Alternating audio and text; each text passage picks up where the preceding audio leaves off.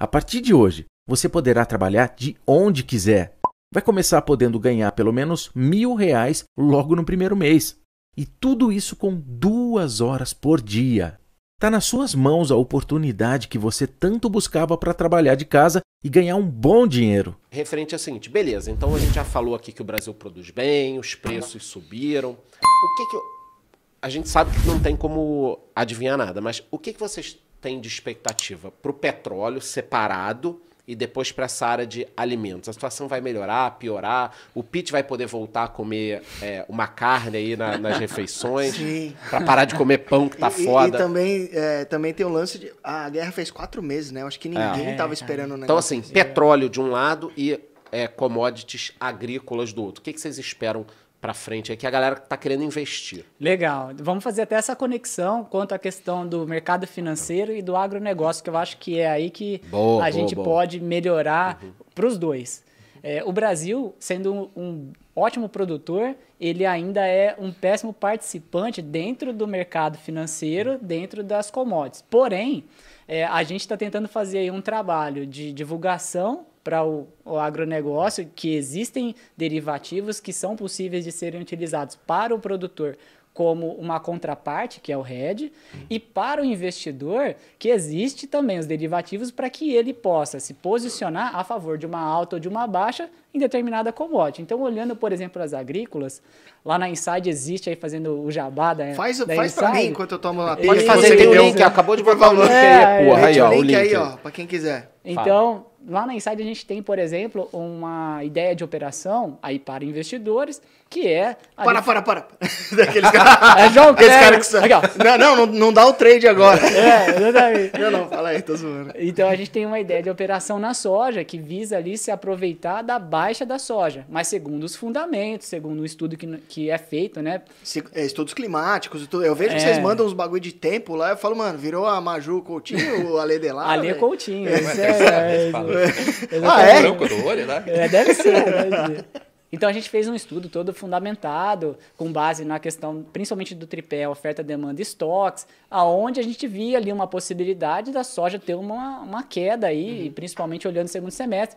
Aí quem for assinante da Inside, né, que fique à vontade para poder fazer ali a consulta ao produto. E também quem é assinante do Commodities em Foco, nós discutimos isso diretamente sobre várias commodities dentro do nosso produto também. E vocês vão passando as trade ideas para a galera, Exato. Né? Então veio uma ideia ali, achou uma brecha, vocês mandam, acho que via Discord para a galera? Isso, nós temos ali um grupo de discussão, onde nós debatemos todas as ideias e análise de várias commodities dentro desse produto. E aí o pessoal vai interagindo, então é uma questão colaborativa. Então esse link com o mercado financeiro é importante ser feito também. Sim. Dentro da parte ali dos produtores, a gente tem ali a consultoria, mas aí é um cenário bastante diferente, porque tem conexão com o físico, bases, custo, tem várias estratégias que o produtor pode utilizar, custo e carrego. Aí é uma questão mais pessoal, porque depende do cenário de cada produtor. E aí, conectando a sua pergunta sobre o cenário dos grãos, e eu deixo o Ale para responder sobre as energéticas, a gente tem no segundo semestre várias questões embutidas ali. Então, é importante separar o que é dentro das agrícolas, né? Cada commodity. Então, se a gente olha, por exemplo, a soja, tem uma questão sazonal, tem uma questão de demanda, né? A China ali, apesar de ser a maior demandante da soja, com uma representatividade enorme, o Brasil um grande produtor, Estados Unidos um grande produtor, né? Esse ano, provavelmente, os Estados Unidos passará o Brasil na produção de soja, caso eles realmente consigam cumprir tanto a expectativa de área de plantio quanto a produtividade. Então, apesar da China ser esse grande demandante, pode ser que ela demande menos. Então, nós temos esse cenário, e aí, com base no estudo que nós fizemos, existe essa possibilidade. E aí teríamos uma queda no preço, pelo menos momentânea. Porque tem esse equilíbrio, né? Então, se você tem uma expectativa de oferta maior, uma expectativa de demanda menor, tem um estoque de passagem maior, então isso pode pressionar os preços do contrato futuro. Isso eu estou falando para os especuladores, o cenário para os... Isso na soja. Na soja. Tá. No milho, nós temos um cenário para o Brasil, então olhando o milho B3, por exemplo, que o Pete foi um cara que operou. Exatamente, contrato futuro CCM. De qual vencimento você está falando? Por exemplo, o vamos falar do... isso. Você tá de brincadeira comigo. O cara é especialista. E aí a gente tem esse cenário, por exemplo, o milho setembro, uma pressão muito grande, porque você tem o estoque de passagem do milho verão para o milho safrinha grande. O produtor olhando, por exemplo, o conflito Rússia e Ucrânia, ele acreditou que de repente o milho fosse explodir de preço, sei lá, R$120, R$130 a saca. Sendo que aí esse cara do milho verão segurou, o cara do milho safrinha também não vendeu, aí também não vendeu a soja, quer dizer, os estoques estão abarrotados de milho e soja para vender. Tanto que tem muitas imagens circulando na internet de vários armazéns armazenando milho no tempo. Então não está dentro de um silo metálico, por exemplo. O cara forrou o chão... Deixou aberto? Foda-se. Deixou aberto, cara. Várias imagens. Isso aí é... Para mim, é a fotografia de como o milho está pressionado no curto prazo. Então, pode ser que o milho não derreta, mas pelo menos ele... Você fica falando de pressão de curto prazo, bastante de oferta, bastante de demanda. O tema dessa live era ciclo de alta das commodities, se chegou ao fim ou não. Eu já tomei umas pingas, eu preciso dar uma mijada. Enquanto eu vou... Alguém quer explicar aquela curva de oferta e demanda? Pode ser o Charles ou vocês que... É muito da hora ver uns caras do agro explicando os bagulhos, que eles são mais diretos que nós. Como é que funciona essa relação entre oferta e demanda e... E ainda tem uma terceira variável bacana. E o estoque. E o estoque, né? que é o tripé, né? Porque diferentemente de alguns produtos, tipo um computador, alguma coisa, você não consegue aumentar muito e diminuir a produção quando você quer, né? Depende da natureza também, né? Então, vem uma intempérie aí, piora ainda mais. Que é... Entendeu?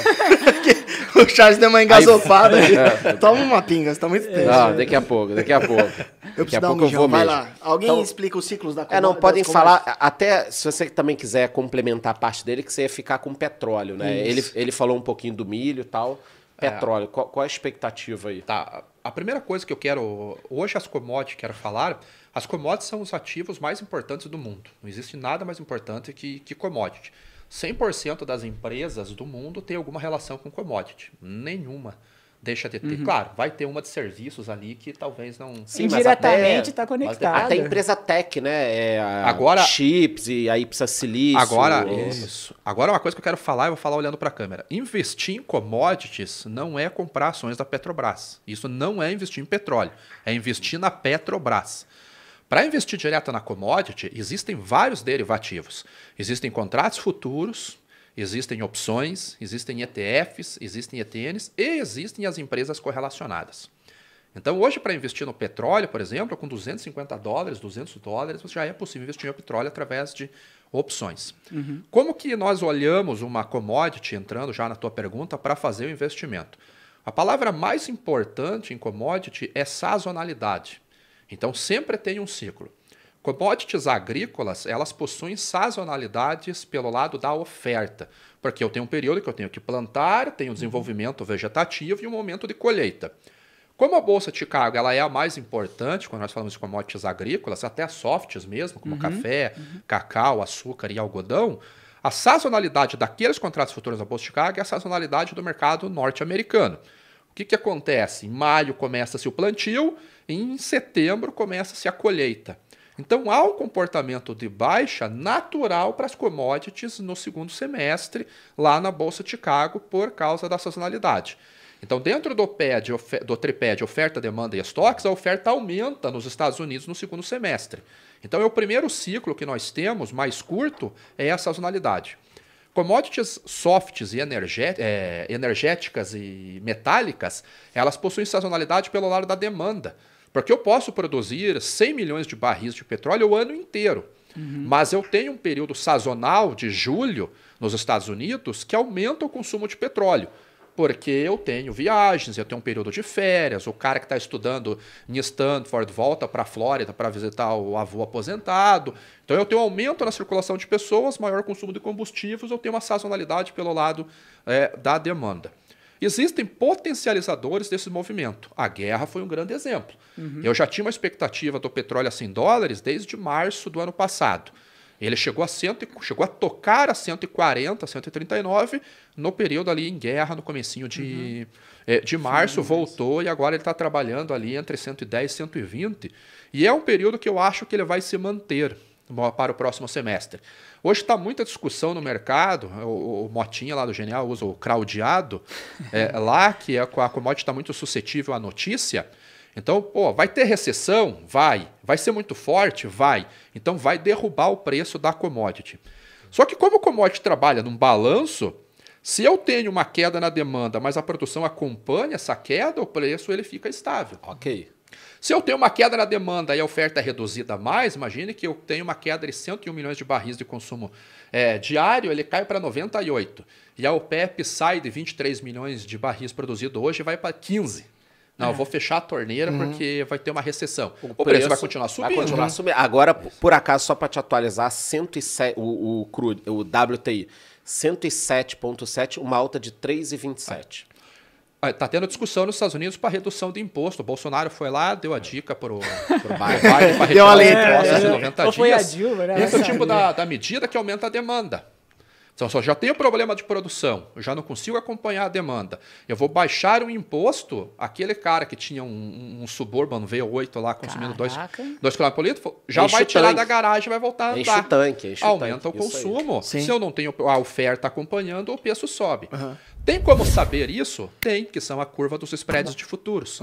Então, quando eu pego todas as cotações da Bolsa de Chicago, ou da Bolsa de Nova York, ou qualquer bolsa. Normalmente é vencimento Chicago, né? Para as agrícolas, depende, Chicago, energéticas, aí a NYMEX ou a ICI, nos Estados Unidos, ou na Europa mesmo. Então, se eu pegar todos os vencimentos do petróleo, julho que está indo para entrega, agosto, setembro, outubro, novembro, dezembro, para um ano para frente, eu vou ver que a curva tem os preços presentes, mais curtos, estão mais altos do que os preços futuros. Tá. A gente chama de uma curva invertida ou em backwardation. Uma curva invertida, ela mostra que há um desequilíbrio entre a oferta e a demanda. Então, as compras que deveriam acontecer para 3 meses, elas vêm para os contratos mais curtos para eu garantir o meu abastecimento. Então, a curva ela se inverte. Então, sempre que a curva estiver invertida, eu tenho um viés de alta. Spreads de futuro não é a curva de tendência. O pessoal que olha, o mercado está precificando um preço mais baixo lá na frente, não tem nada a ver.